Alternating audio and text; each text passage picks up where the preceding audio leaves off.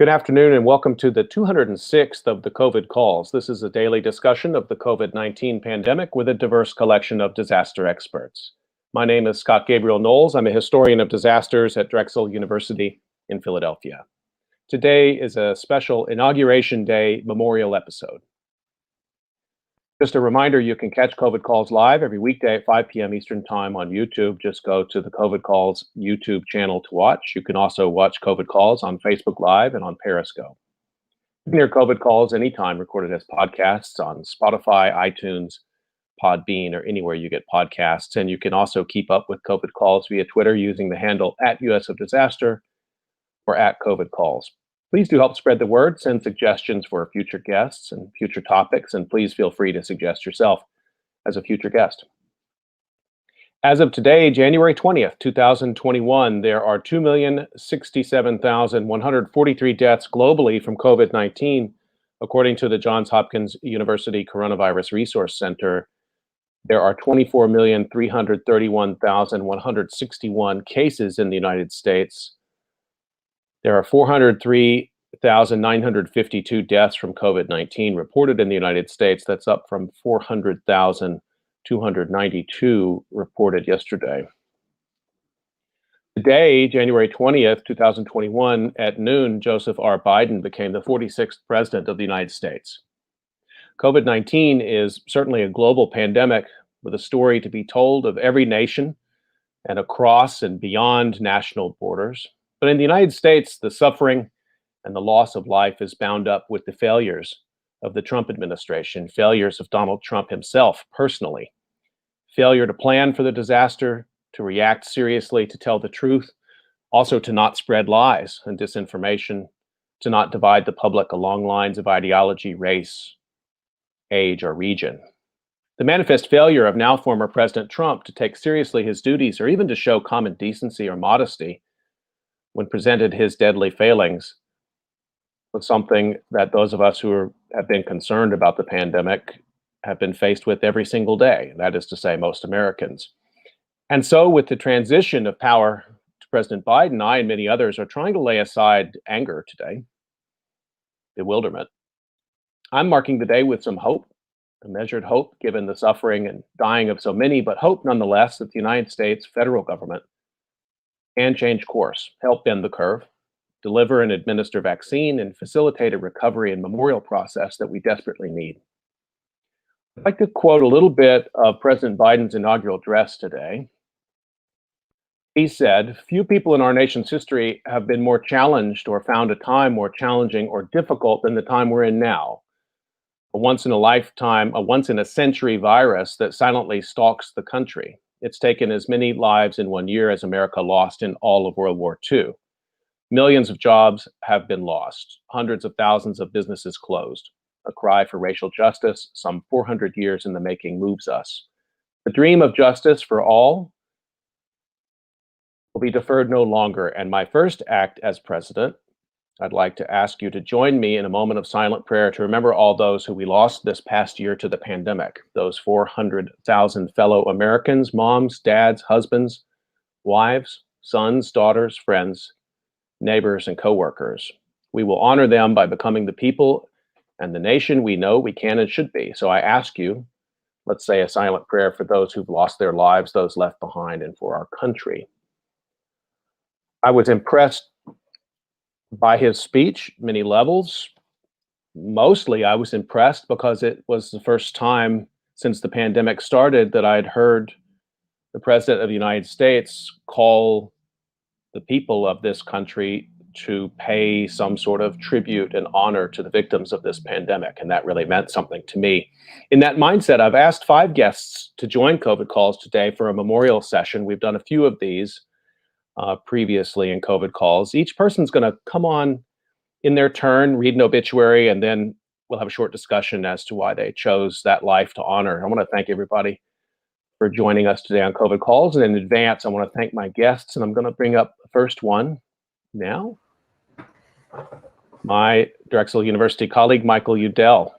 Michael, can you introduce yourself a little bit? It's good to see you. Sure. Nice to see you too, Scott, and thanks for having me on. I'm Mike Udell. I chair the Department of Community Health and Prevention at the School of Public Health at Drexel University.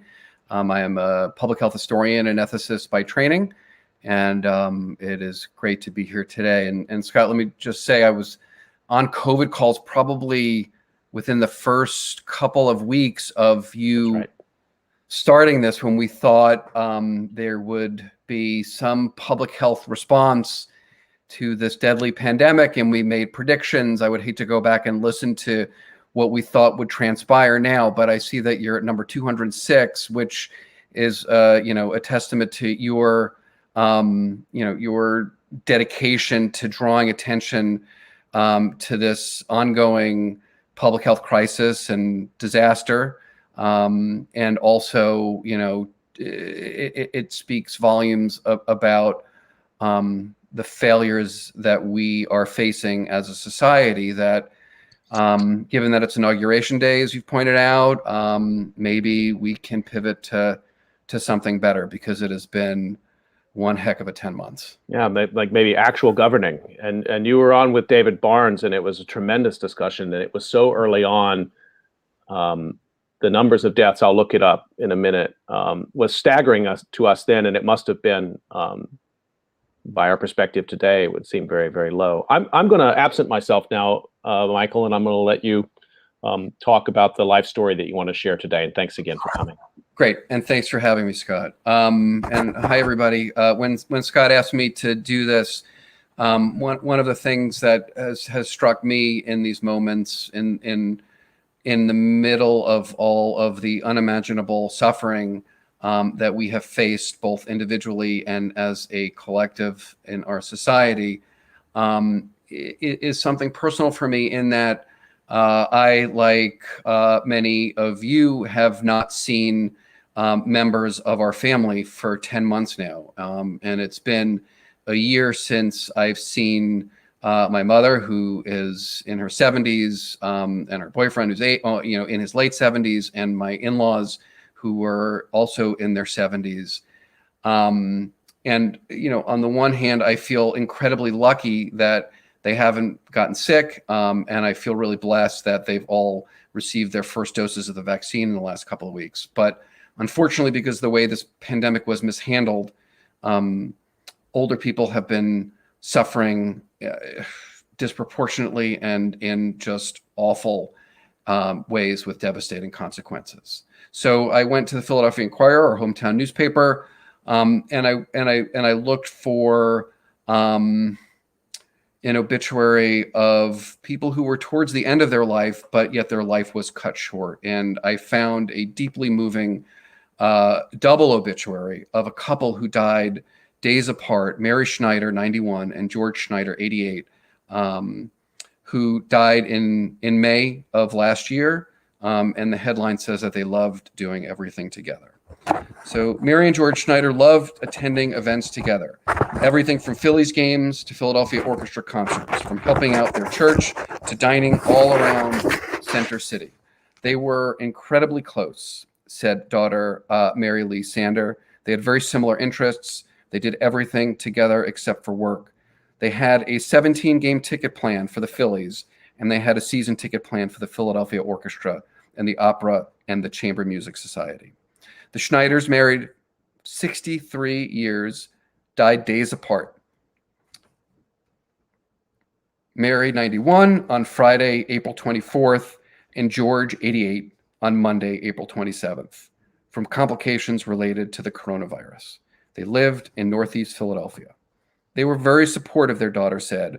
As a child growing up in Philadelphia, I was a competitive figure skater, and my sister was a competitive pianist. So they were just incredibly dedicated to taking us everywhere we needed to be for our activities.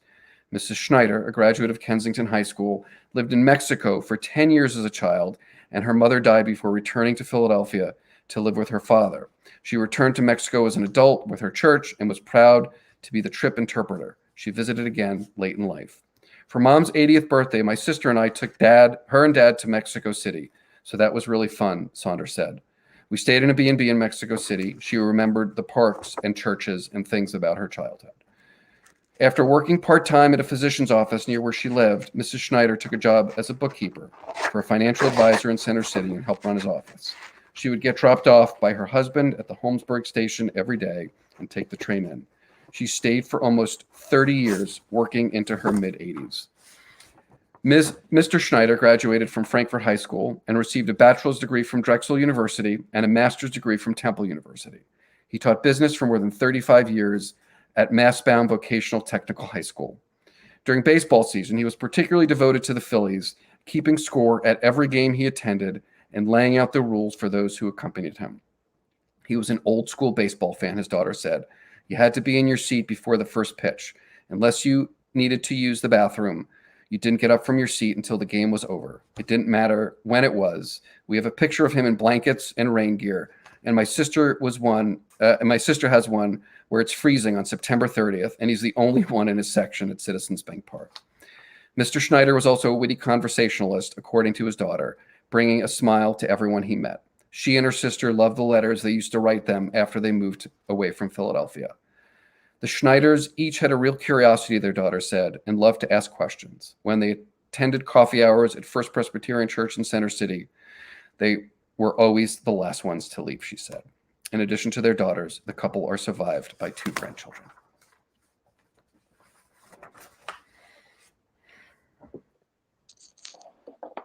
Yeah, thank you for reading that. What was it that drew you to that one, Michael? You know, there was two things. As I said, there's a personal aspect where, you know, my wife and I have older parents who we haven't seen, and we have been terrified this whole year that they would end up getting sick and potentially dying. And I think that for so many of us, whether it be for our elderly or older parents, or for those whom we love who have, risk factors for severe COVID, it's been a year of fear. And to read a story about this lovely couple who led a rich life with their family and with baseball and music and dancing, to be taken in such an awful way, partly, because a pandemic doesn't, a pandemic comes along like this, and we can't predict who we will lose. But at the same time, some of the details of their death aren't in here, but they were older, and we know that older people in America are incredibly vulnerable to this disease and have suffered in awful ways. And I think we forget that. And I also am angry because of the way in which our leadership over the last year has essentially written off a large portion of the population to suffer quietly, alone, to die alone, away from their families, separated from people they loved.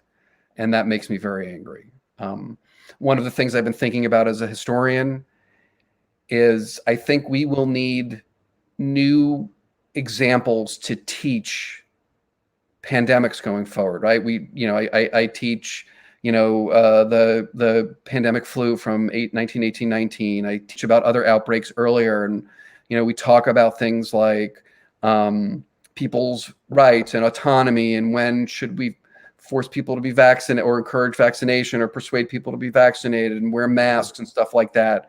But there's another aspect to this last year that has really just sat in me about sort of the meanness of the last year and the selfishness. And I am not sure what to do with that. And when I read the fact that this lovely couple lost their lives and perhaps didn't need to, I am left with those difficult feelings. Yeah, thank you for sharing that. I talked to my father on January 4th on COVID calls, and one of the things we had talked about throughout the year, and other people had shared that this resonated with their discussions with parents and grandparents, was they didn't feel like it was okay to complain if they weren't sick, but that the loss of that time with children, with grandchildren, with friends is huge. And I think it sort of mirrors the loss of time with friends for kindergarten, first, second, third grade, people who are learning the social life too. It's I think that's been a real loss, and it's been hard for people to talk about because they don't want to seem like they're complaining, right? Like you missed your bridge game or your golf game with your buddies. That's something you shouldn't complain about when people are dying every day, but it does matter. Yes. The other thing is, and I love the detail about the 17 game Phillies package. That's a really great detail because if you're a Phillies fan, you know, like that's for people who save their money. To get the 17 game package means like you can't just get the full season package. That means you've really, you know, you're saving, but it's really important to you. That tells me exactly the kind of Phillies fans that they were. And, you know, my grandparents, certainly, who I knew very well, they, there was a sense that you worked hard and you deferred, you know, happiness in a sense, travel, you know, those kind of frivolous things. You deferred those till after you retired. That really sticks with me with the obituaries you read too. Yeah. There's another piece, and I'll paste the link in the box. It was an op-ed in the New York Times from earlier in the month by Toby Levine, who was a Holocaust survivor and talks about this pandemic year and how she lost her childhood, and now she's lost a year to this awful situation. And I think we really need to think about, you know, what is our moral core as a society to essentially have seeded so much of this, to watch this government failure in real time. And it's just devastated lives. And I've thought about that time lost especially for older Americans. Well, Michael, thanks for sharing that today and for this discussion. And we're going to say goodbye to you now and bring in our next reader. Stay healthy. Thanks. You too. Thanks for having me on.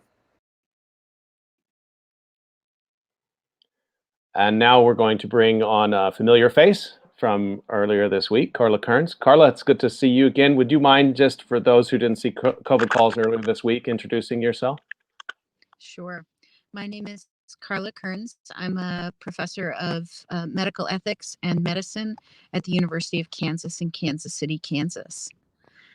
And I am here to read the obituary of Charles Richard Dorn. The obituary is from the Journal of the American Veterinary Medical Association. Dr. Dorn, Ohio State, class of 57, 86 years old, Columbus, Ohio, died April 27, 2020.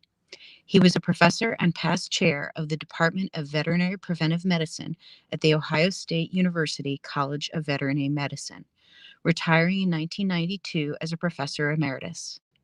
During his tenure, Dr. Dorn also served as a professor at the Ohio Agricultural Research and Development Center.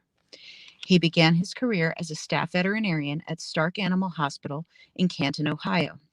Dr. Dorn subsequently served in the Air Force, worked as an inspector for the Cincinnati Health Department, earned his master's in public health from Harvard University, and was a research specialist in cancer with the California Department of Public Health, serving as a visiting lecturer in epidemiology at the University of California Davis School of Veterinary Medicine. In 1968, he joined the University of Missouri as an associate professor in both the School of Medicine and the College of Veterinary Medicine. Dr. Dorn eventually served as professor at the Veterinary College before moving in 1975 to the Ohio State University College of Veterinary Medicine. During his career, he also served as a visiting scientist in the epidemiology branch at the National Cancer Institute in Bethesda, Maryland, and was a Fogarty International Senior Fellow at the Central Public Health Laboratory in London.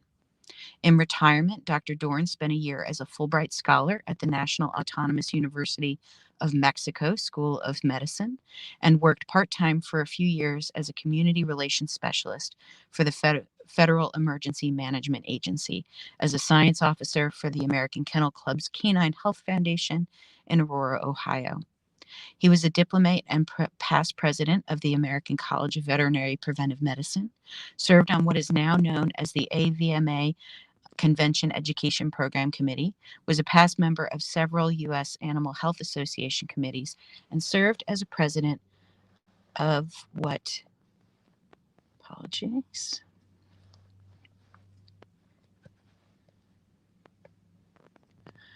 was known as the Association of Teachers of Veterinary Public Health and Preventive Medicine. Dr. Dorn also served in leadership roles with the Association of American Veterinary Medical Colleges, Council on Educators, and was a past trustee of the Columbus Zoo and Aquarium. He consulted for several entities, including the National Institutes of Health, the National Academy of Sciences, the U.S. Department of Agriculture, and the World Health Organization. Dr. Dorn was a member of the Ohio VMA, Missouri and Ohio Public Health Associations, Veterinary Cancer Society, and the Society of Environmental Geochemistry and Health.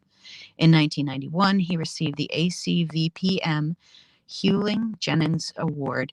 In 1992, he was named Distinguished Alumnus of the Ohio State University College of Veterinary Medicine.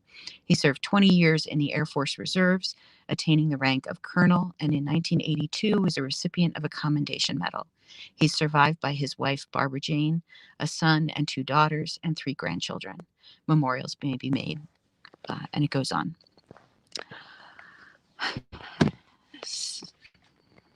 Thank you for reading that. What an extraordinary career. It really was. He was. So the reason I chose this obituary is first and foremost that this is my father-in-law and therefore the grandfather of my son. And he was a veterinary preventive medicine expert. So if I wanted to know how to prevent or manage or treat a zoonotic pandemic, he would have been the first person I called. He would have had a lot to say about how the transmission occurred, about how person-to-person transmission occurred, and about the public health measures that we should have and didn't take to manage the pandemic early on in China, in the United States, and around the world. And so it is, ironic seems so overused these days, but it just strikes me that that his loss early in the pandemic was a powerful indictment of our disregard of that kind of expertise that he dedicated his life to. I also had to answer a question that my son asked me. He said, "Mommy, why did Grandpa die of COVID? Didn't he know about masks?" And I explained to him that Grandpa died early in the pandemic. And I left out, because it was too hard to explain to a 7-year-old, that Grandpa lived in a retirement community where we have utterly failed to protect our most vulnerable.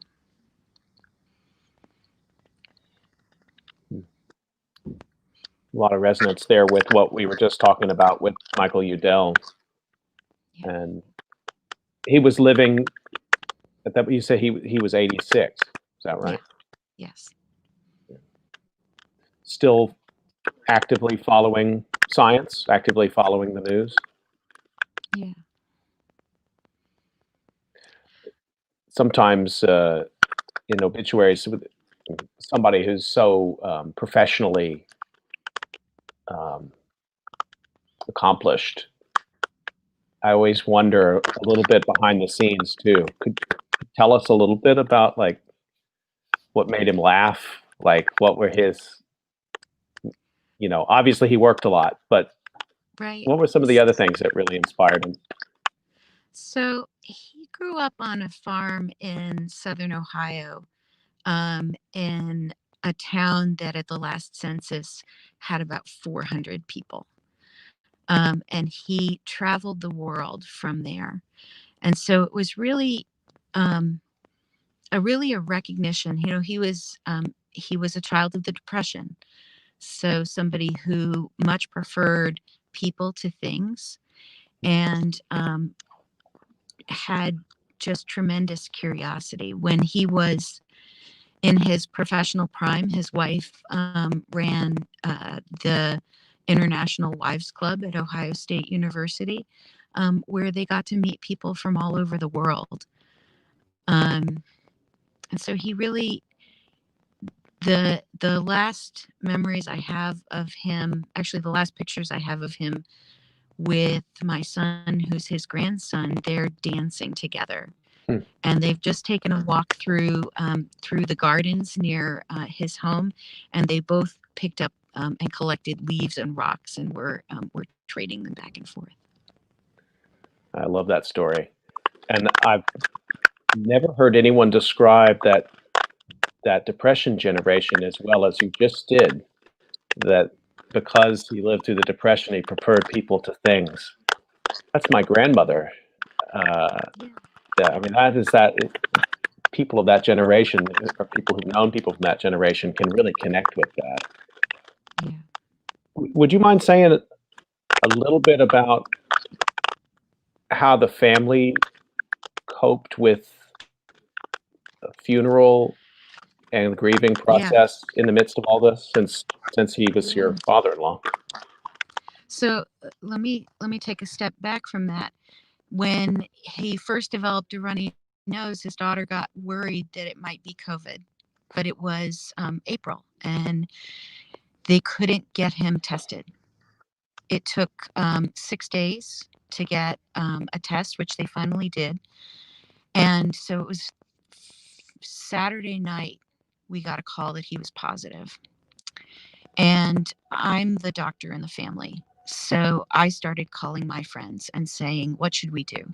Should we insist that he be transferred to the hospital? Should we watch him where he is? He was in a setting in his retirement community where they could monitor his oxygen levels. So they did that. We got together with all his children, and my medical specialty is palliative and end of life care. And so I talked them through a number of potential scenarios. What if he got short of breath? What if he had to go to the hospital? What if he had to be put on a ventilator? And I strongly advised them that if he reached the point where he needed to be put on a ventilator, that we shouldn't do that, because the mortality for men in their 80s with COVID on ventilators in April, as best we understood, was so high that it was not something that we should do. His wife of 60 some odd years was not quite prepared to hear that. She said, we'll think about that tomorrow. And so the next call I got about him tomorrow, now Monday morning, was that his heart had stopped. A panic phone call from his daughter. He's en route to the hospital, and she doesn't know what to do. She had told them to go ahead and resuscitate him, which under the circumstances made sense. And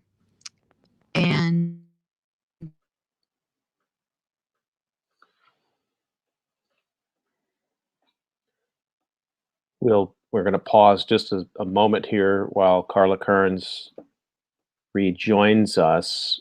She was actually taking time out to call from her car, not driving, she stipulated, to talk with us today. So let's give her just a moment, and then if we lose her, we will bring her back on.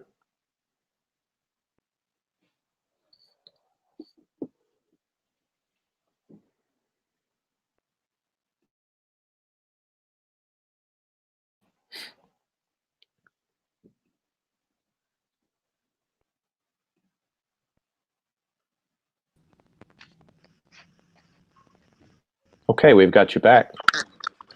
yeah. So his heart stopped. And I realized actually that my advice the night before not to resuscitate him was premised on the idea that he would have a respiratory death. But in fact, he had what was almost certainly either a massive pulmonary embolus or a massive heart attack. And it was only really at that point in the pandemic that medicine was starting to understand the vascular complications of COVID. COVID directly attacks the blood vessels. And so strokes, heart attacks, and other kinds of cardiovascular events are a huge fraction of what's going on. The family was required to cremate because of Ohio's public health regulations at the time. That would not have been their choice, but that was okay. They had a socially distanced 10-person funeral, and his widow was really heartbroken that he didn't have an opportunity to share a celebration of his life with the people he had worked with for more than 4 decades, the people they had lived with for that long. Sure. We did get to go to the cemetery that overlooks the farm in Ohio where he was born, one of these tiny country cemeteries. And my son insisted on helping to put the dirt back in to make sure Grandpa stayed warm.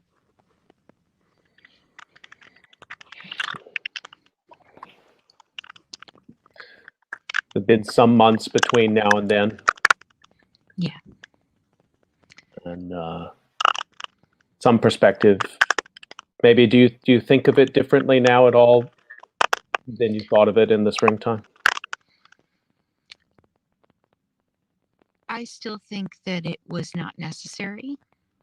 I mean, yes, he was 86. Yes, he probably only had a few years left, but he was still a part of our community, and I don't remember now how many they lost in his retirement community.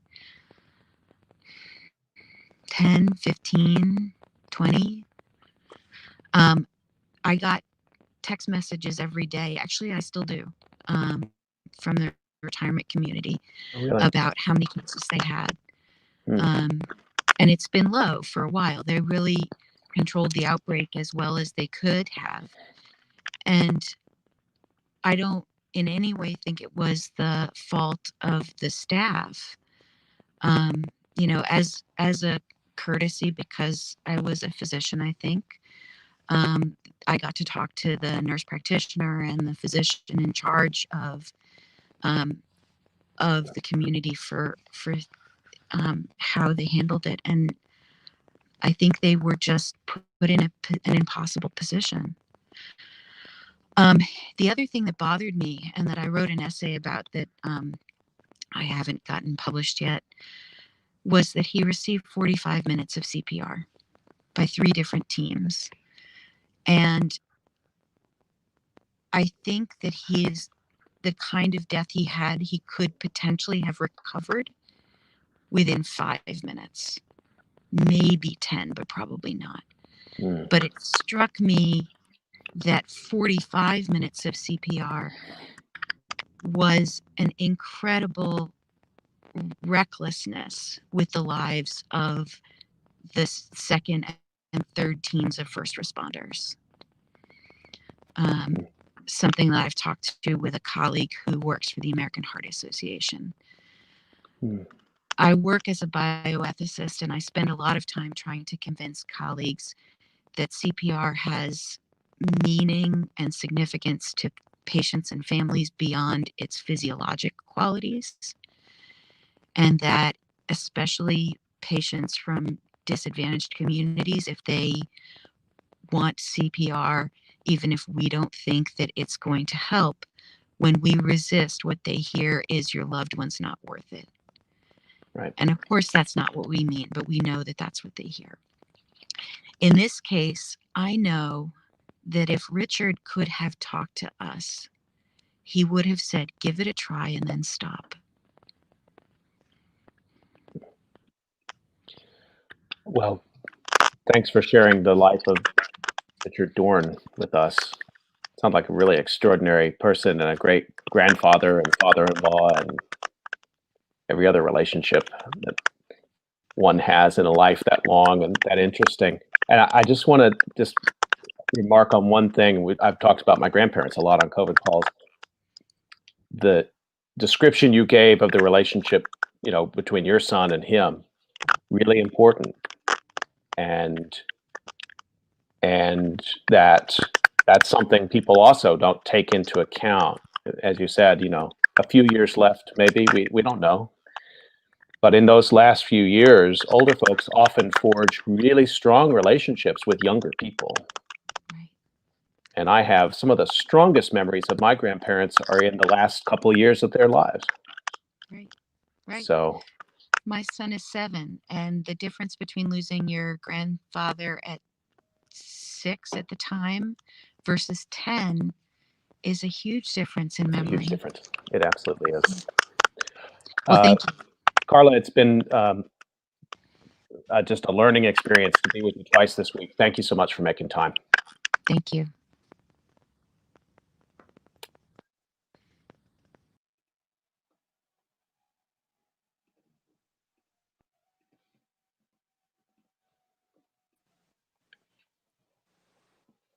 Okay, I'm going to welcome my next guest and obituary reader today, Lyric Prince. Good to see you, Lyric. Hi, how are you? I'm doing well. Would you mind just introducing yourself to everyone? Sure. I am Lyric Prince. I am a writer and artist, and I also work at NOAA as a social media and science writer there. I took your class a few years back, seems like ages ago, at Drexel, and I am honored to be here, and thank you for having me on. I'm so happy you could join us. I'm going to get out of the way, and I'll rejoin you in a few minutes, okay? Okay. So I'm about to read an obituary of someone I don't know personally, but is representative of the larger effect that COVID has had on my community. I was an African American. Her name is Marquita Hobbs, and she was a school teacher in New Jersey. So I'll just get started with it. Marquita Hobbs always put the welfare of others ahead of her own. Between her family at home and the kids at West Caldwell Tech, Hobbs made others the priority. Hobbs' husband, Cornell Hobbs, was hospitalized with the coronavirus in April, and while she also started showing symptoms, she continued to care for her 2 adult children with disabilities, not wanting them to leave them alone, those who knew her said. Hobbs died of the coronavirus at home on April 16th at the age of 64. Her husband continues to recover from the virus, and her son also recovered from COVID-19. Her passing left behind a gaping hole in her home, in her school, and her family at West Caldwell Tech, where Hobbs served as a paraprofessional for 40 years, wanted to honor her properly. She is irreplaceable, said Aisha Robinson, the principal at West Caldwell Tech. The teachers got together, even through this pandemic, and put money together. We were able to raise about $400 to $500. We paid for her funeral arrangements. And with the other $1,500, we set up a scholarship fund for service. Hobbs, who lived in Irvington, needed to take 2 buses to the school each day. She was the first one in the building and often the last one to leave. Her work put her in touch with every student and staff member. She was the heart and soul of the building, said Trish Schaefer, who had taught at the school for 10 years. She was kind and had a little involvement in everything, whether it was a dress down day or a spirit day. Anything with a kid, a problem, she was almost like Mrs. Robinson's right-hand man to do the job. And Hobbs's responsibilities evolved over time. If something needed to be done, she was the first in line to volunteer.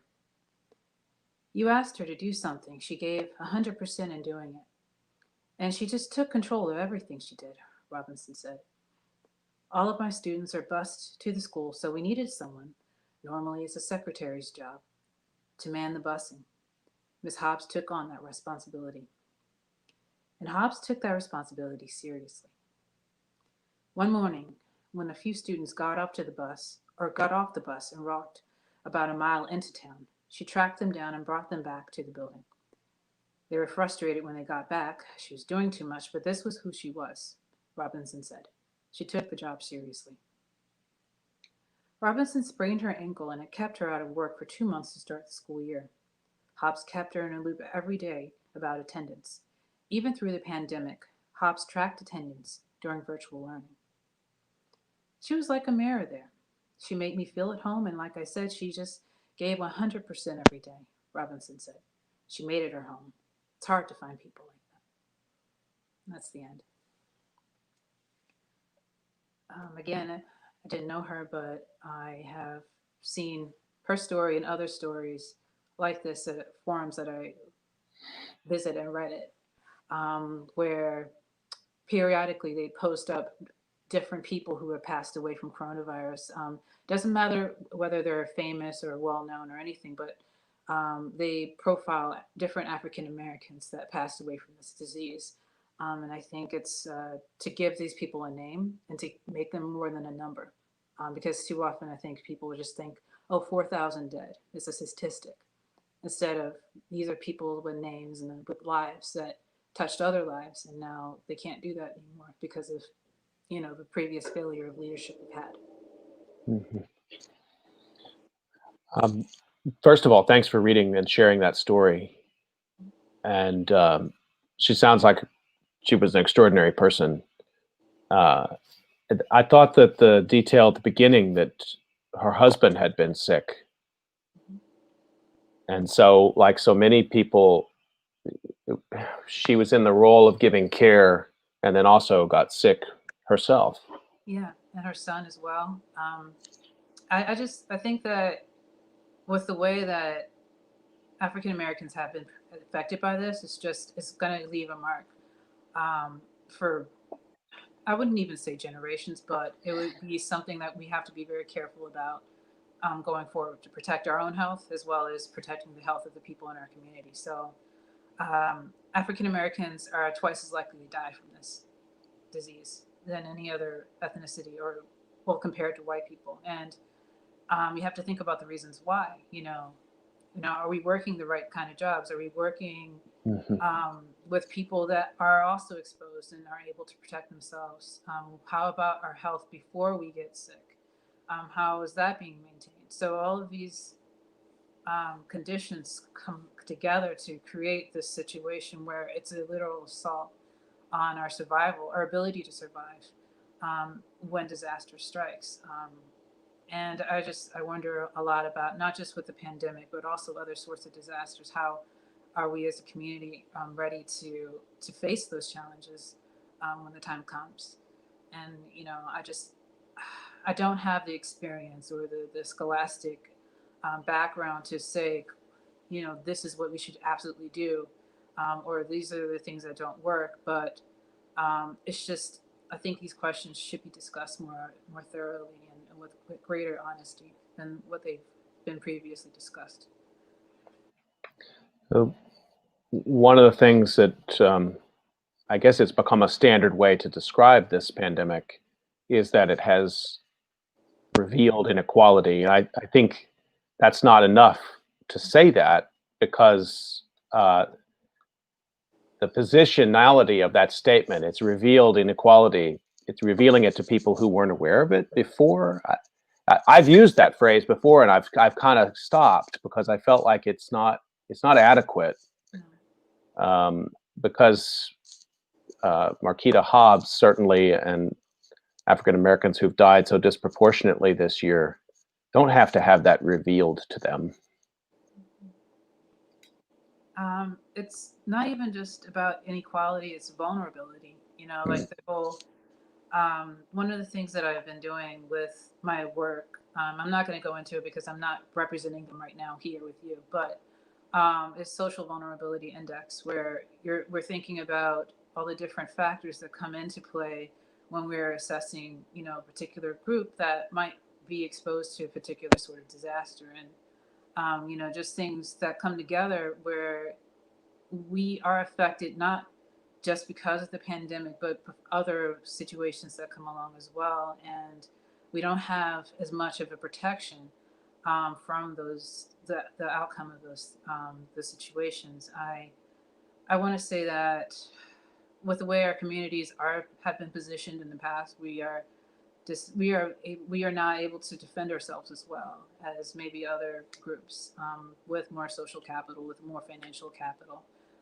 We tend to be in the worst place locations, having the disproportionately low-paying jobs, other health comorbidities that are just like affecting how we're able to weather through this and other things. So I just think that overall, I hope that with everything that's happening today, and since we are thinking a bit more carefully how we can prepare for disasters, whether they're with disease or with other sorts, like with natural disasters. And I think we can do better, and we should do better, and we have the resources to do better.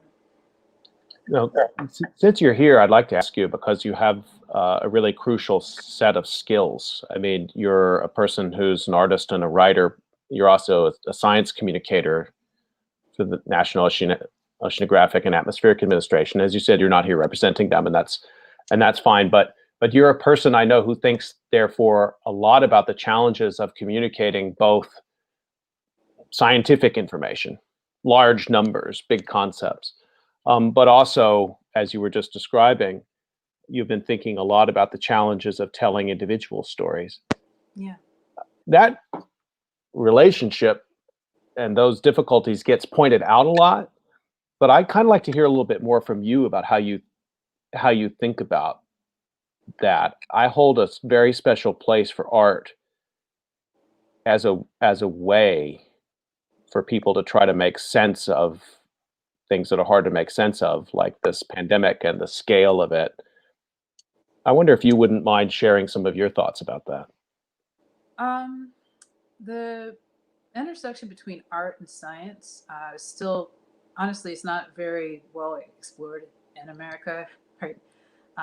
Because, well, it just seems like there's two completely different sort of, like there's left brain, right brain sort of like contrast in terms of how we want to think about those two things. But when you really get at it with science, it is basically making the impossible possible. It's discovering new ideas and creating new solutions. Creation of those solutions, I think that's like a really big part of what makes science so special. And it's the same thing with art. You create solutions, you create a new perspective. I would say that as a science writer, I'm more skilled with putting things in easier to digest ways, as opposed to explaining them in a complex or more complete way. Because a lot of what I do with social media is I have to chop things up to be easily digestible and quickly read and spread. And in terms of, well, with disasters like the wildfires or any other given sort of natural disaster, people need to know certain things quickly.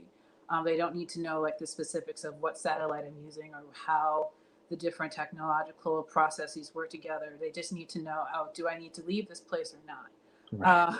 Right. Basically, Right. I don't mean to make light of this, but No, I understand. But it's just with thinking about how to reach people that are in vulnerable communities that could potentially get some added benefit from having more information. Like Marquita, she didn't have to die. She could have had access to different resources, had more information about where to go, what kind of doctors or what kind of care she needed. And we also see that, even though she didn't have a high paying job, it doesn't really matter ultimately what kind of position a person, like a Black woman or an African American woman or an African American tends to hold in the society. They still get disproportionately treated worse by the medical establishment. And I was looking at the case, like recently a doctor passed away, Susan Moore. And she, just before she passed away, she made a vlog about her treatment at the hospital. That despite her being a doctor, she was ignored frequently by several levels of the administration there. And she finally had to go to a different place and got treatment there, but she died before, that could really do anything. So it's just like she had to make a dying declaration and post that online for people to understand exactly what was going on in terms of how even with the best sort of education or best preparation you can make as a doctor, she still was exposed to these sort of inequalities. And, I think also with the coronavirus vaccine, of course, there are issues with the deployment of it and the, people being able to get it in the first place. But also there's this level of distrust within the Black community because of so many other things that have happened in the past where, you think about the HeLa sales, you think about Tuskegee, you think about other situations where, there is an abuse of trust by the medical establishment that is preventing people from getting the help or even seeking information about the help they need in order to survive this virus.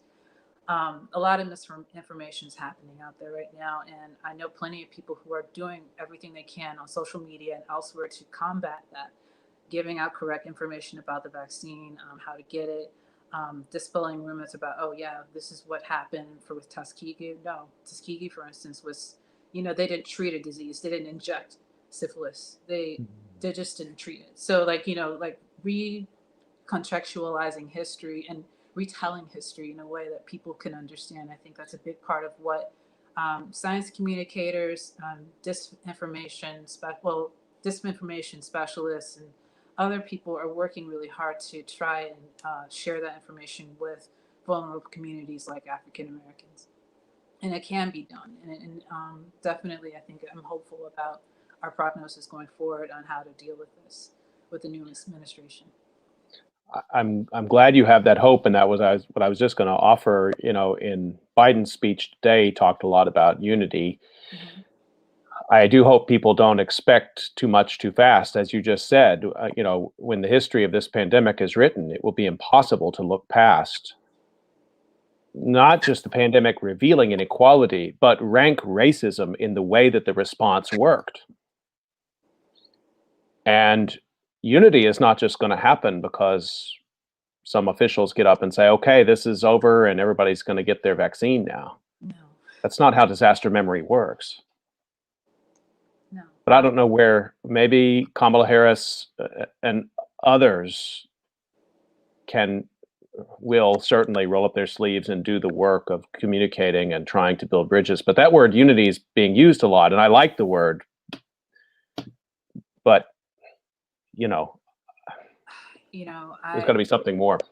I agree, and I think ultimately it's not the problem of the government to have not enough resources, because it's more of like, do we have the will to make a difference and to reach people and populations and to deploy effective measures to combat this disease and any other sort of disaster that comes up going forward.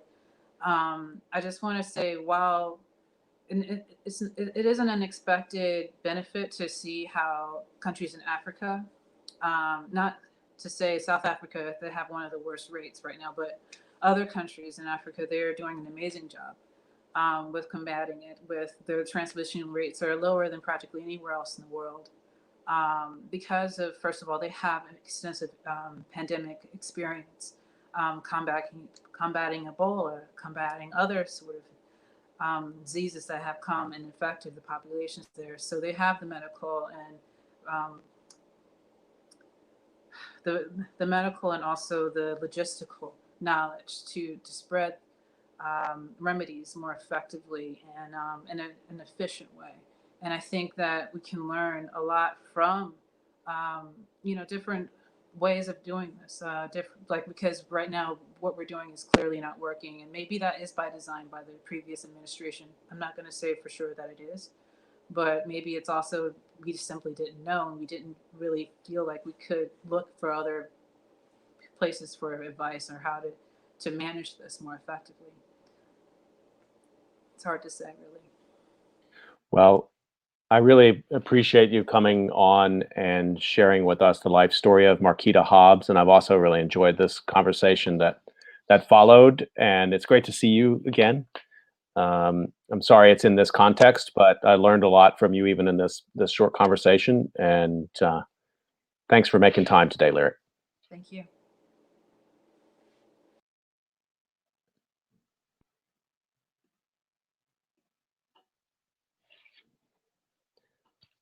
Tara, Hello.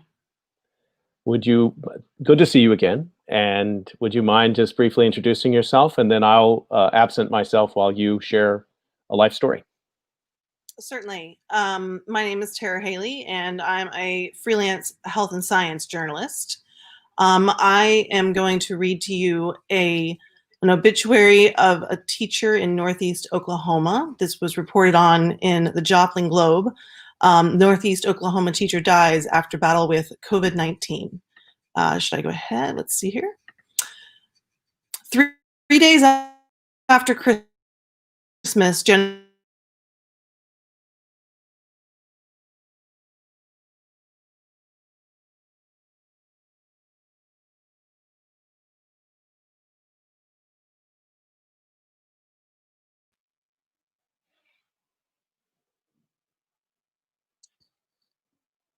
We might have just had a little bit of a frozen screen there just as Tara was getting started. She said here she is. Okay, we lost you just at the beginning there, Tara. And okay. So I'm gonna drop out again, and maybe you could start from the beginning because we only heard the first couple words. Okay. No problem. Okay. So from Miami, Oklahoma, Northeast Oklahoma teacher dies after battle with COVID-19. 3 days after Christmas, Jennifer Cunningham found herself at Integris Grove Hospital struggling to breathe. Following a doctor's appointment, Jennifer's husband, Wes Cunningham, dropped her off at the emergency room for testing to determine how double pneumonia, one of the effects of the new coronavirus, was progressing. A mid-afternoon scan indicated Jennifer had blood clots in both lungs. Doctors told Wes they were looking to find a hospital to transfer her to for further treatment, but he said that he was told no hospital beds were available in Oklahoma, Arkansas, or Missouri. By 6:24 p.m., Jennifer was dead. Doctors told Wes some clots dislodged when she went to the restroom. Now, just days after her death, Wes and other family members and friends, including daughters Victoria, 17, and Annalise, 11, are speaking out about Jennifer's battle with the virus, which by December 31st had claimed at least 72 other lives in Ottawa and Delaware counties in Northeast Oklahoma. I think it's important for people to see COVID-19 affecting people close to them and in their communities, Wes said. They need to see how painful and devastating of a disease this is. I think so many people take COVID-19 for granted and do not take the simple precautions of wearing a mask until it affects them directly. It is a proven killer. You just have to look at the numbers. Jennifer, a former teacher in Miami and Fairland in Oklahoma, was diagnosed with COVID-19 on December 15th after self-quarantining from an exposure on December 4th. She told family and friends she wanted to use social media to highlight her journey with the virus. She knew firsthand from watching her sister-in-law's experience working in a Joplin hospital that area healthcare facilities were burdened with COVID-19 cases. She was worried people were not being safe enough, said Joelle Schaefer, the sister-in-law. She posted things because she wanted people to know what COVID-19 was like. 4 days later, Jennifer's social media post turned more serious as she asked friends for, quote, positive vibes, thoughts, love, and prayers. I'm going on 7 days of this COVID-19 nonsense. The fever keeps climbing and I'm tired. By December 22nd, Jennifer's fever climbed to 104 degrees while her oxygen levels decreased. Tests at the emergency room in Grove indicated she had pneumonia and low oxygen levels. She was discharged after a 7-hour stay accompanied by the prescribed oxygen tank. A Christmas Eve update let friends know the prescribed oxygen was helping her, although she said that her blood pressure was still low and the fever was only staying down thanks to medicine. Wes said things improved somewhat on December 26th when Jennifer slept in a bed. It was the first time in 8 days she was able to leave her recliner for more than a bathroom break or a trip to the porch. I really thought she was going to get better after we came home with the oxygen, Wes said. I really thought that would help us turn the corner. But her death would come 2 days later as she sat at the Integris Grove emergency room awaiting transport to another hospital. COVID-19, relentless and hard to defeat, had claimed another victim, a 42-year-old wife and mother of two, teacher and community volunteer. Before her marriage to Wes in 2003, Jennifer explored a career in the hospitality industry, dreaming of working in a hotel in Hawaii. After the births of her daughters, Jennifer began working for the Department of Human Services in Ottawa and Delaware counties in child welfare. Her brother, Mark Schaefer, said the job left Jennifer empty and searching for other ways to help students she encountered. She wanted to make a difference, he said. That passion, family members say, led Jennifer to pursue an alternative teaching license and eventually earn a master's degree in education administration from Western Governors University. She began teaching middle school science in Fairland in 2013 before transferring to teach the same subject at Will Rogers Middle School in Miami. In 2019, she made another move to teach English and yearbook classes at Blue Jacket High School in Craig County. Amber Harrison, a Grove teacher and friend, would go on walks with Jennifer. The pair would discuss ways to get their students engaged and excited about learning, even if it meant finding new and innovative and hands-on methods. The pair would later collaborate, taking their students on field trips to the Rural Oklahoma Museum of Poetry in Locust Grove. Jennifer made it mandatory for her students to enter the museum's poetry contests, even as she herself entered.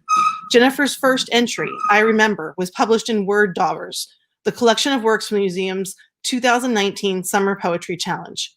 She wanted her students to be globally aware and care about others, Harrison said. She wanted them to make a positive impact on others in the world.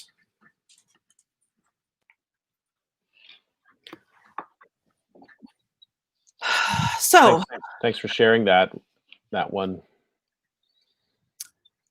you talk a little bit about it? Yeah, I wasn't sure if I was going to get through it all. I turned 43 today. So I was the exact same age as this teacher. And I taught high school in Texas. And I'm a science reporter. She was a science teacher. She was an English and yearbook teacher. I taught English and yearbook and journalism and newspaper. And my students were, I was always pushing them to do things, like forcing them to enter contests and do things that, to raise awareness. We did an angel tree for our class for other kids in the school because I taught at a low income school. But I just also at that school where I taught, one of the teachers who was there, who he taught across the hall from me. He ended up dying of cancer while we were teaching. And I remember watching him as he got the diagnosis, when he was fighting it. I went and visited him at the hospital. I remember so well when he asked me to pray for him because he was a very devout Christian and I am sort of an agnostic atheist.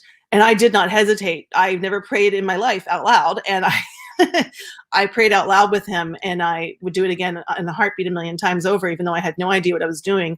And then he passed away a week or two after that. And so this story just really hits home for me. I mean, I could be this woman, or this woman could be my coworker. I've been on, I relate to this both as her friends who were left behind, and as the fact that she was a high school teacher like me, the same age as me.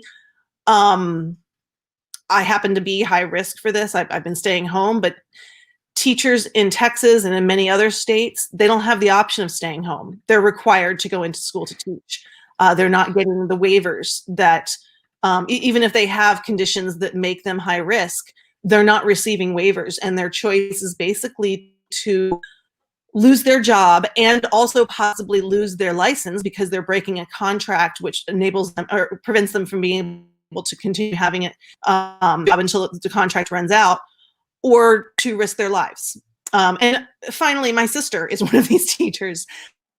She's a high school teacher in Dallas. So just this hits me so hard in so many ways because the teachers are not okay, and they're getting left behind. Many teachers are not being prioritized with vaccines, even as they're being told by their states that they are required to teach, and it's either teach or quit, and there's no other option. So I know I'm kind of rambling, but it just really hits hard. You're not rambling at all. You're listing off the many points of connection that make these life stories of people, in many cases whom we haven't met, somehow deeply meaningful to us. I think that Tara has dropped off for just a second, and she'll come back on. I was really moved by that obituary. There's something in there that particularly something about, just to go back to it, where she talked about using social media, and she wanted to use social media to highlight her journey with the virus, and that she knew firsthand from watching her sister-in-law's experience working at a Joplin hospital that area healthcare facilities were burdened with COVID-19. So to use social media in that way, try to document her journey, also is something I've heard in other stories, from health professionals and other teachers who, even in their moment of illness, have been striving to use that as a way to educate. And I mean, to say that that's deeply impressive to me and is an understatement. And the kind of courage that it would take to do that is also something I wonder if I would have. Tara, I was just, I don't know if you were able to hear that. I'm glad we've got you back. I was just pointing out the many different points of connection that you were laying out there just really just seemed to me absolutely crucial, that we all go through that we need to do that. That even so, that's one level of just hearing the numbers. Of course, there's a numbness that happens with the numbers, but even also seeing the names, seeing lots of names, that can move people. But actually taking the time to read one of these stories and really putting yourself in there, and to feel that empathy, but also that fear of making that human connection, I think is just a really important part to keeping our humanity at this time. And I was just pointing out something from that you read, which is that even that she saw it as an education moment. She wanted to use social media as a tool to educate at the time. What a lot of guts to do that. Yeah. That was one of the things that grabbed me as well, because that's the kind of thing that I and many teachers I worked with know. It's everything is an opportunity to teach in whatever form. And I'll be sharing this broadcast on my Facebook page after I hang up. And I apologize for my technical issues here. Our internet's going in and out, so I just decided to go with my cell phone. Don't apologize. I'm just glad you came back. But I have a lot of my former students. I haven't taught since well, let's see. I mean, I have the college students I taught, but the high school students I taught, the last high school students that I taught, graduated in 2008. So they are, most of them are 30 or so by now. And I have many of them on my Facebook feed, and I'm still sort of doling out advice to them. I'm still, they're still my kids, right? They're not kids anymore. They've got their own families, but they're still my kids. They still, today, several of them wished me a happy birthday, and they said, "Happy birthday, Mrs. Haley." I mean, they're 32 or Yeah, something. right. That never goes away. And I just, that's how we, I'm so angry at how we're treating our teachers. I mean, we exploit the fact that these are the best humans that are out there. They're in this job because they care about their kids. They care about students. They care about teaching. They care about learning. They love doing it. It's why they do it, because you don't do it for the money.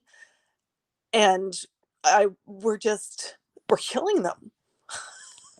We're not even giving them a choice.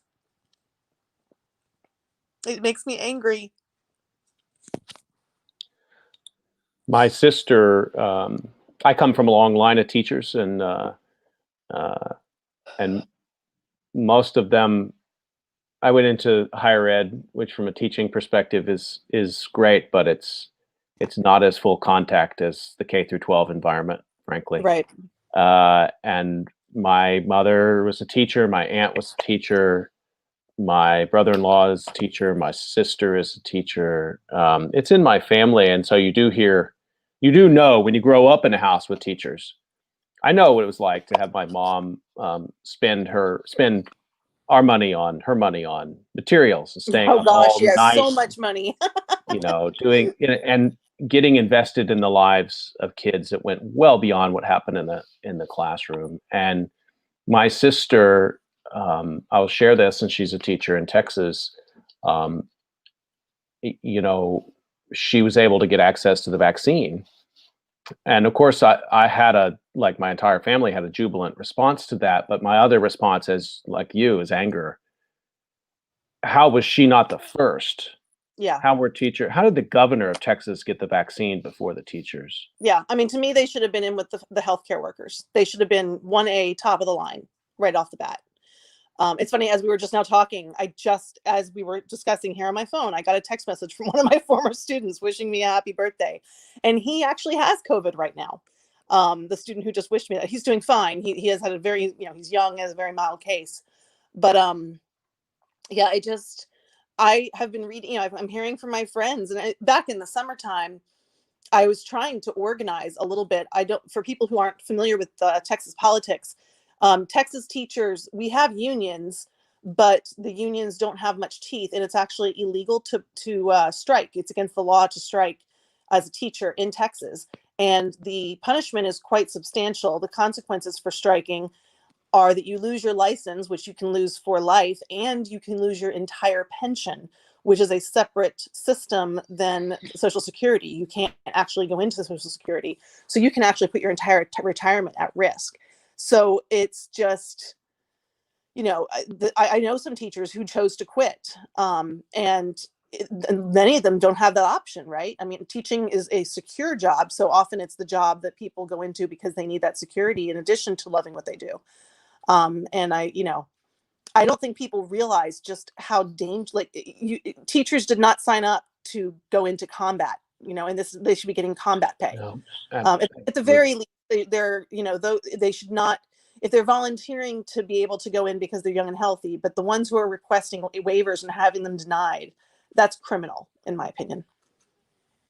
well, I mean, it's such a gendered, the bias, the long-standing workplace bias against women has to be understood in terms of who's in the classroom, in the K through 12 classroom. There have been some gains in that, but not nearly enough. How many male teachers did most of us have?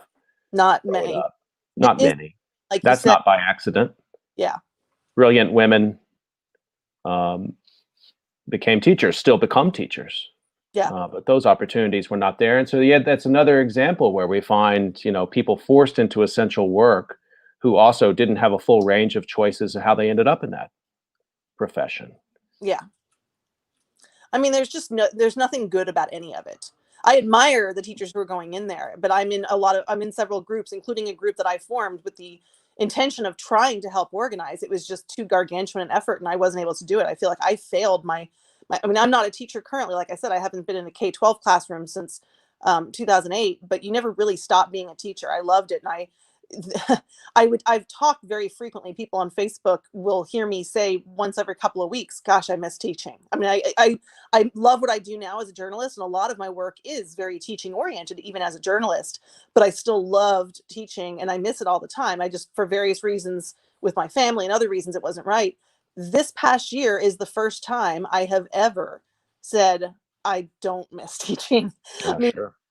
I am so grateful, and I have a little bit of guilt about that because I have so many good friends that are still teaching, that teach in, you and I went to the same high school. The school that I taught in is actually in that same district. Teachers that I both went to the high school that you and I went to, teachers that went, that taught there years later when I was at the other school. And I just, I know, I feel like I'm rambling, but I can't. No, you're not rambling at all. You're sharing real truths. And we did both go to Arlington Martin High School, and we can say that. And I taught at Sam Houston High School, which was my mother taught at Sam Houston High School too. Wonderful. I did not know that. Wow. Yeah, she did. That's connection there. Tara, thank you so much. And thank you for bringing us the story of Jennifer Cunningham. Great teacher in Oklahoma. And we'll talk to you again soon, I hope. Take care of yourself. Yeah. Thank you. Take care.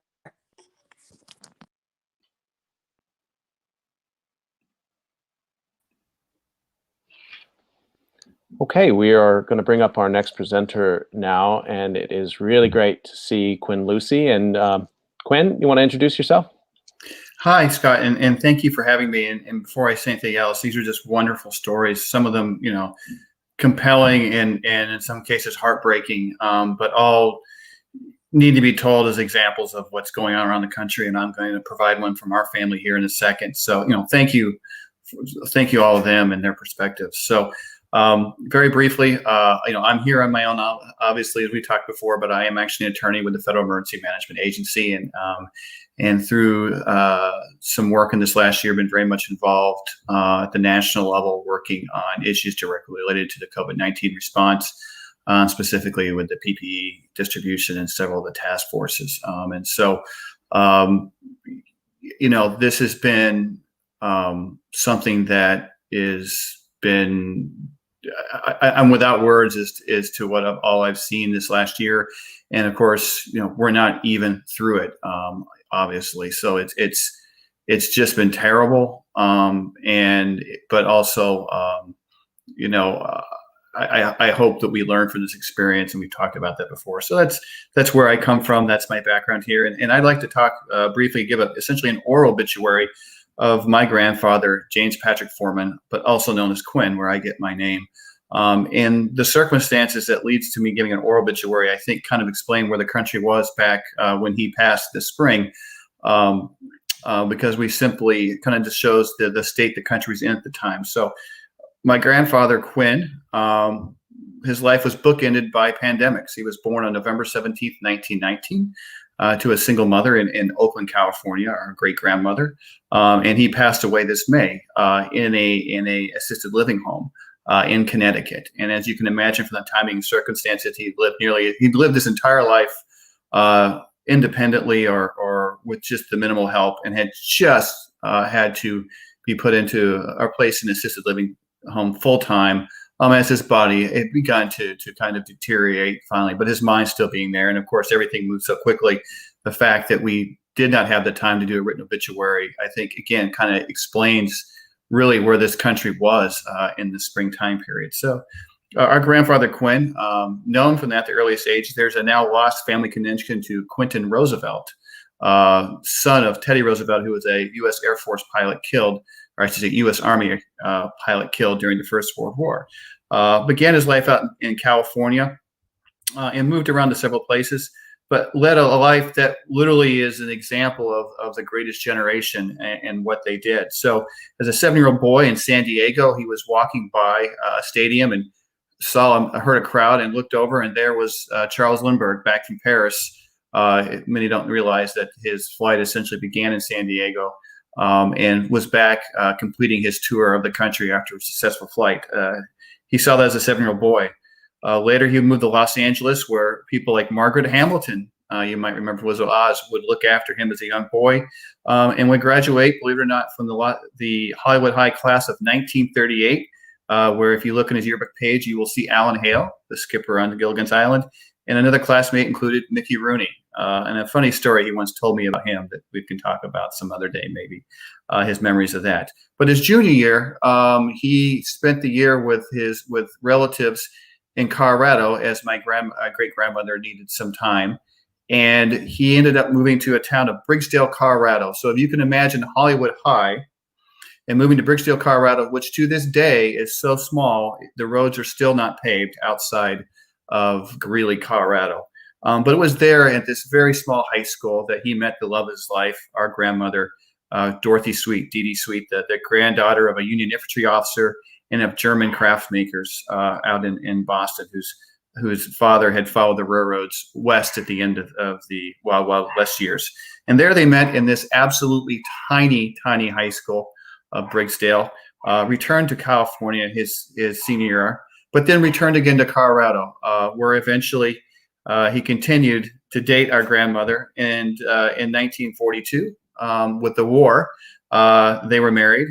Previous to that, our grandfather had enlisted in the Army, and thanks to his photography hobby, found himself a second lieutenant in the Army and a photo reconnaissance officer. So in 1944, as our grandmother was pregnant with their first child, Carrie, he left for over a year of his life to Burma, where he was stationed for over a year, returning to see our aunt, who is now a baby girl.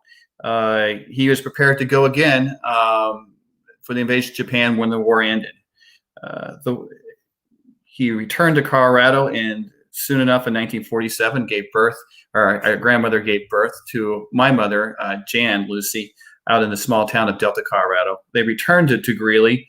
And as our grandfather lived in a small house, small enough that it literally would fit probably in the basement I'm in right now, he was building a basement to their small home, essentially on his own. He had cut a deal to use an earth mover every evening after work, but in return, he would have to take that dirt and return it to the build site.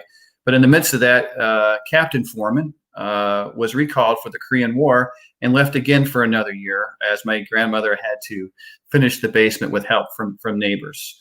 And after 14 years in the Army, now Air Force Reserve, our grandfather just realized that his family had contributed enough, and it was time to move on from that.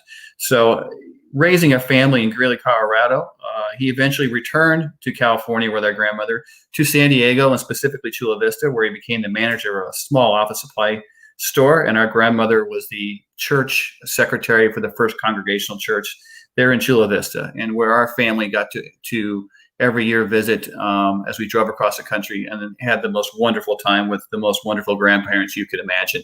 Our unbirthday parties, and providing me the fandom of the San Diego Padres that I will forever inherit, and you might see in the background behind me. But after 30 years, they returned and back to this time to the Midwest, and moved to Macomb, Illinois, our hometown, down the street from my parents, and where again they were very active, now retired, in the community, specifically the First Presbyterian Church in Macomb and Macomb Beautiful, where they took an outsized, I think their outsized energy to work on their adopted home for several decades, making it a wonderful and better place with the work only our grandmother Dee Dee and grandfather Quinn could do, if you could have known them. The marriage they had was, I would say, wonderful, and gave rise to two daughters. They did lose their daughter, Carrie, who is well known in the Denver area, with her husband, Sam, who ran the Fort Restaurant. But she passed away in 2017 on the 75th anniversary of their marriage. 75 years they got to spend together in this wonderful time, and to witness these things. And again, eventually, my grandfather would move to Connecticut just a year ago with my parents, and during that time period was just, if you could imagine the elderly grandfather who retained more than you could imagine, in the life more than you can imagine, and could still tell those stories and still provide that wisdom.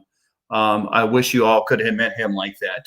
In fact, on his 100th birthday celebration in November of 2019, as I explained my work to my grandfather, much of it dealing with the mobilization authorities and background of the country in the post-war period, I literally had to pull out my laptop and for nearly an hour explained in detail what I was doing while he peppered me with questions.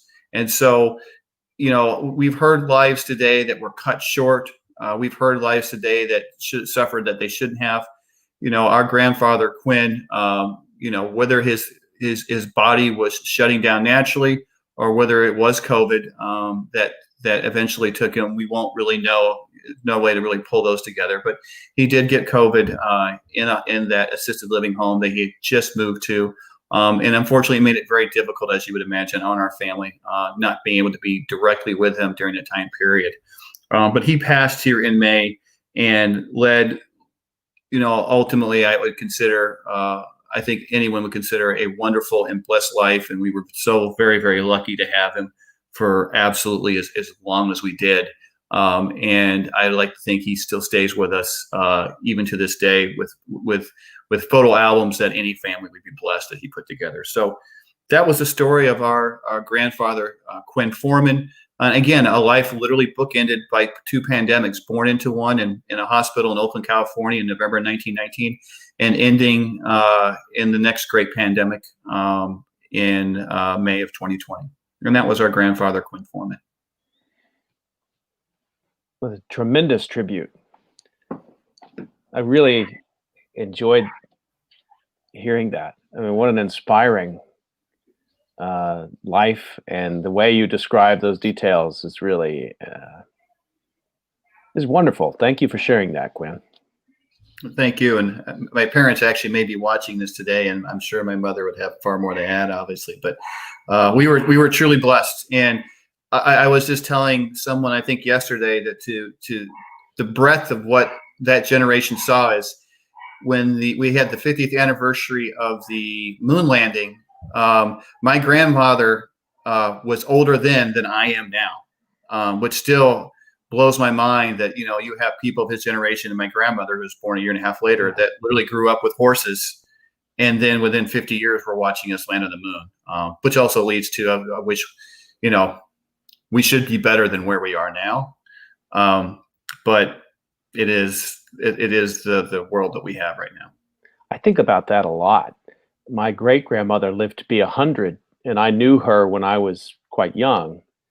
And she really relished she was nearly blind, but she cooked amazing food. And then she read her magazines with the magnifying glass, and then she would whip my tail at dominoes. No mercy at all.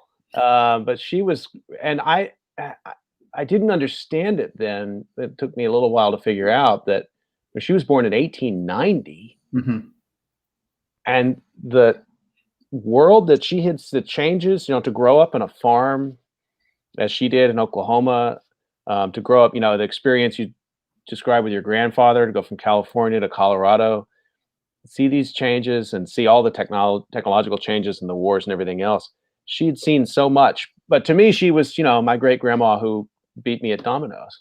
I mean, you know, I didn't know the right questions to ask, is what I'm saying. I still think every day, and it's unbelievable the amount of history that he left for us. Photo albums that are literally priceless. My wife is still speechless, honestly, when she sees what he put together for us. But I also think it's interesting, specifically with Lyric and her experience, and when people talk about, you know, these things that were so many years ago, especially with communities of color. You know, my family's generation is not that far removed from days that were you know, people of those communities had none of these opportunities. And so I'm at least lucky enough to have had those advantages. But, you know, as she so eloquently said, those, you know, I don't even know what the right word, but those traumas that were inflicted very much still impact everything we do today. And we're seeing it in the pandemic. And so, you know, I think even when I talk about those stories, I always think about, you know, how does that distinctly American story that my grandfather and grandmother have, which is of the greatest generation, but how's that story, you know, reflect upon the entire community of the United States? And it's not the same story that everyone would tell. And so, sure. Yeah, it's when I think of that history in that way, especially in terms of the pandemic, I think of where we all stand today and how all this we started this pandemic all in very different places. It would have been fascinating to talk to your grandfather about that. I mean, his service in the Korean War would have been the first time that the military, in any meaningful way, was moving towards desegregation. I mean, he lived that life as well. He lived through that period, obviously with a different experience and different from what Lyric was describing. But reflecting on that over that long span, it's important. But it's another thing we are losing. You know. And it's interesting, you know, I live in Charlottesville now, and I grew up in West Central Illinois, really essentially shielded from a lot of the issues we're seeing now. Single high school, small state college town. But, you know, here in Charlottesville, you say the name and everyone knows. And it's been very eye-opening to see just how deep history really goes in this country. And I never truly appreciated it, even though I've always enjoyed history. I had a minor in it, but I never truly appreciated it till I came here. How, you know, how deep it goes, and not always to the places that we want. But we need to be cognizant that is our country. And I think the inaugural poem we heard today, I think did a fantastic job. Can't remember her name, but Amanda Graham, I believe. But, you know, she did a fantastic job, I think, of talking about all that good, all that bad, and that. So I just want to ask you a couple other things about your grandfather. I loved the story of the basement. So that sounds like, I mean, that's like a classic piece of family lore. Do you think that's embellished, or is that the real? Is that the real story? In fact, when we would go every year, we would drive from Illinois to California and back. So I know, and actually, it was an amazing experience to have literally seen almost the entire country as a kid growing up in the back of our van, and with nothing more than maybe a Walkman, Otherwise, you were looking out the window for days and days and visiting amazing places. But our mother, we would drive by that home, which is still there in Greeley, Colorado, and our mother would kind of half jokingly tell us, "Hey, if you're bad kids, we're going to move back into that tiny little house that literally, I'm not making it up, but literally fit in this, in this basement here." But it also explains too, I think, we talk about how, everything worked at the end of the war. I think people forget it was a very difficult period. There were all these men coming home at the same time. There were women who'd had jobs and now had to leave them. There was an economy changing over and contracting some places, expanding others. And, and it was not very easy. So, it was a tough story, and I hope that we were lucky enough to kind of inherit some of the hard work and experiences that my grandparents had. Well, also then the other thing that was really striking to me, among many, was how you described him towards the end of his life, where he peppered you with so many questions. Oh, yeah. That he really wanted to, and this reminds me of my grandfather, who insisted when I would come to visit him towards the end of his life at the assisted living, anybody who was close by, he had to introduce me as the doctor. My grandson, the doctor, is here. And there you go. Yeah, it's great. I'm glad you're showing that. And of course, I'd have to explain, if they would let me, that I'm not a medical doctor. I have a PhD. But then he would launch into the questions because he was really curious and he wanted to know what I was doing. Okay. And I think it really is important to reflect on that older folks, they're vital.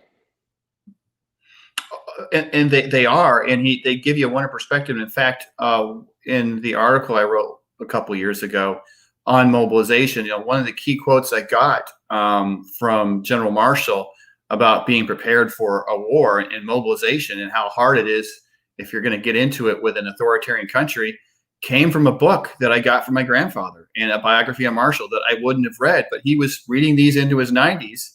And even as I spoke with him, even though he was not a direct part of what I've been looking at over the last few years, but it provided that perspective. It was very interesting to see at a time where the country still thought much larger than we have really in years, truly in a time period where they thought nationally. Not to say that any of the things they built would have worked as they prepared for a potential war with the Soviet Union. But they truly did, for many, many years, think about how is the entire country going to reorient and deal with this existential threat should it occur. And again, how do you replicate them growing up in the Depression where the country was forced to deal with emergencies? In fact, I think I've talked about it. The very first Office for Emergency Management, created in 1940, was to mobilize the nation.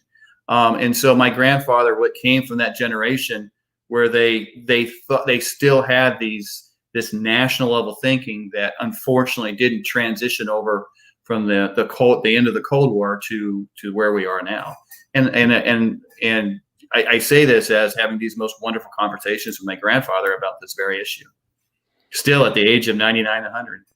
Yeah, I think I had a conversation. I've talked with you about that, and I've also talked with historian Peter Schulman about this, about the reality of what happens when you do lose generational experience for what we would think of as a national level disaster. And like you, I'm a critic of a lot of that Cold War planning, but you cannot lay aside the fact that the infrastructure was there. In terms of planning, and some offices created and modes of thinking about national scale disaster that I think we've disinvested in. And obviously we've seen this year the the results of that, Trump notwithstanding. Mhm. I think that's going to be part of our deeper analysis of this past year. I know it's something you've been thinking about every single day.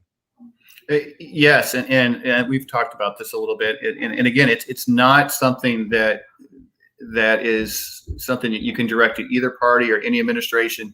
It is just the way things moved over the last 30 years, especially in the area where I work in now, of that transition from a national security perspective, and it probably had to happen, to the more natural hazards, into the, obviously climate change and other things driving these things now. But that transition period, we lost some things that I think with a little more imagination we might have been able to keep around and really would have helped,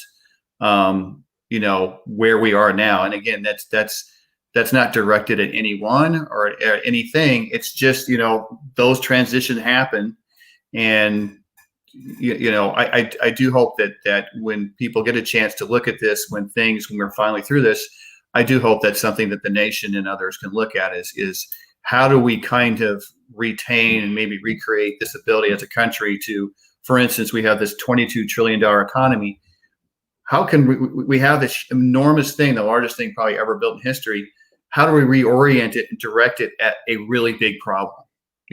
Those tools still exist, but they were the example I use, and hopefully I don't get in trouble before I should, is that in 1994, the Defense Production Act that we've heard a lot about, the definition of defense, national defense, was changed from defense to to using it for anything that's really bad and catastrophic. The problem is, now you had this new tool and you can use it in different ways. The problem is the federal government had shut down the office that would have looked at how do you strategically utilize and implement this new authority the year before, in the transition from the Cold War era to the post-Cold War era, focusing on natural hazards.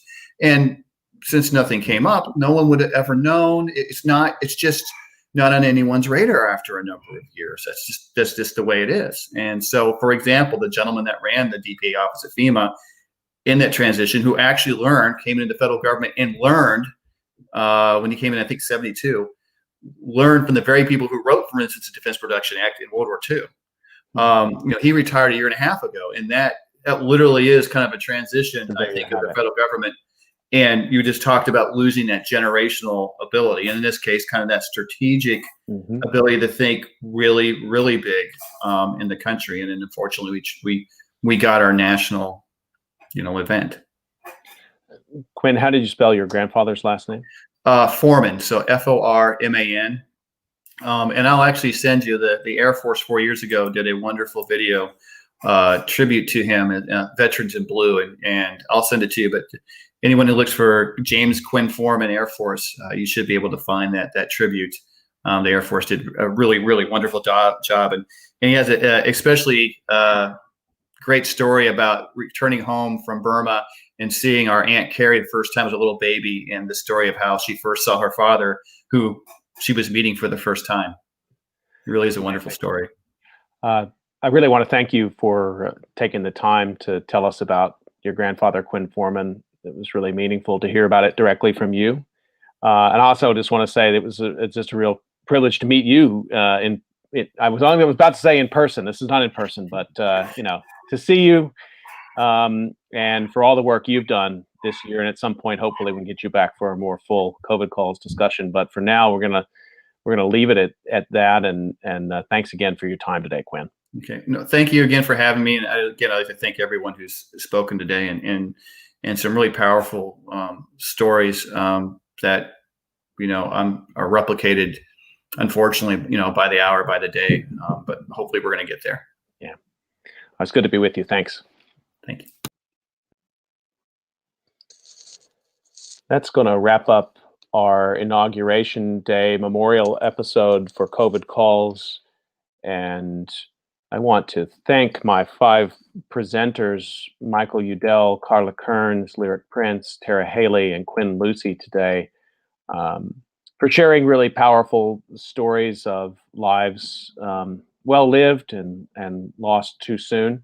and for staying on to talk to me a little bit more about what those lives meant to them and their concerns and fears and their hopes as we still grapple with this pandemic, particularly on this inauguration day, in which we did have a peaceful transfer of power today. And we're all hoping, everybody, for some reconciliation and for a better approach to this pandemic in the United States. I want to remind you, you've been listening to COVID Calls. You can catch COVID Calls live every weekday, 5 p.m. Eastern Time. And tomorrow we'll be talking to the one and only Virginia Heffernan, columnist for the LA Times and the host of Slate's Trumpcast. And we will have a wide-ranging conversation tomorrow about the inauguration and Joe Biden's speech, and about Trump and anything else we want to talk about. So please join us tomorrow, 5 p.m. Stay healthy, everybody. See you tomorrow, 5 o'clock.